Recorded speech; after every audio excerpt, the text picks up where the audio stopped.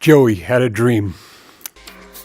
At age 7, he wanted to become a missionary doctor to Africa. God was using the exciting tales of wild animals and close calls, changed lives, and other adventures in the jungle to capture this young man's heart. He never lost his desire to serve the Lord overseas, and he became a doctor in public health and tropical medicine. He married his college sweetheart, Becky, who studied and became a registered nurse.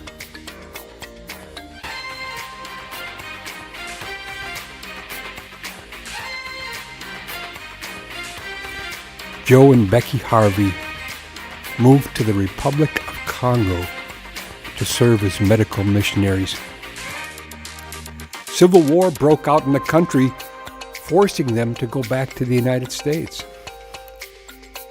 Then in 1999, the Harvey family moved back and worked at a clinic in Impfondo, Congo. One day he went to a wedding reception.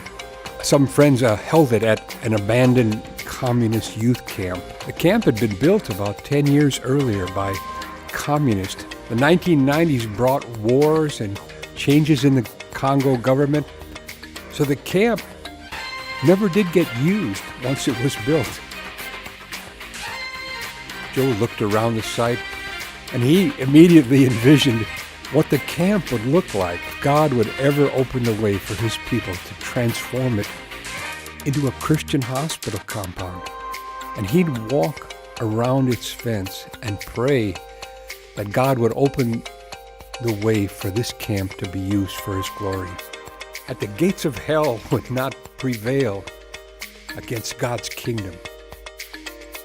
One day as Joe went to pray outside the camp, as he was walking around, he found that the large steel gates in the wall of the camp had been removed.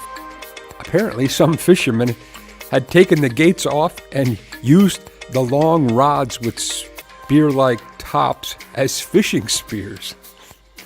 Well, encouraged by this very tangible answer to prayer, he went and approached the governor and asked about using the camp. Well, the governor said, "This camp is not mine to offer to you. It's national property." A few months later, the president and his wife came for a visit to Impfondo. Joe was actually able to schedule a meeting with the wife of the president.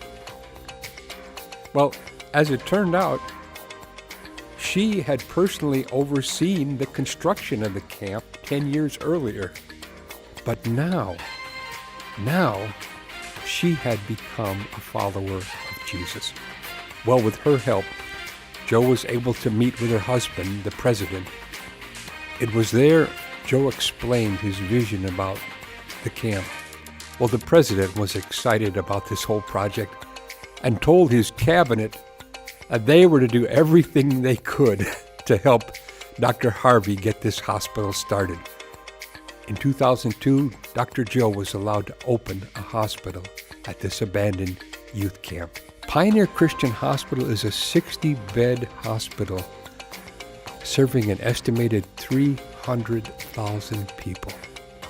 In 2006, HCJB Global supplied short-term medical staff to help fill the gaps so Dr. Joe could attend a meeting in Ghana. Dr. Joe walked away from that meeting with the dream of having a radio station as part of the hospital ministry. In January of 2014, Ed Mufeld and Alex Walker, they met Dr. Joe at the hospital. They had brought with them a compact version of this radio station. On January 15th, Beautiful News Radio went on the air. They have been broadcasting 18 hours a day ever since. Always broadcasting the great, wonderful news of Jesus, our Savior and soon coming King, through song, Bible reading, Bible studies, sermons, and prayer. One day a man came to the hospital in a suit and tie.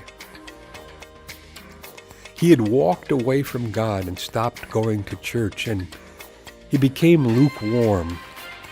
Because of Radio Sango to Congo, he said now his whole house is on fire for God. He felt he must get dressed and come and thank us. A larger version of this station is being packed into a 40-foot shipping container. Included in that shipping container are 160 Sunset radios. They were designed by the staff here at the Technology Center in Elkhart, Indiana.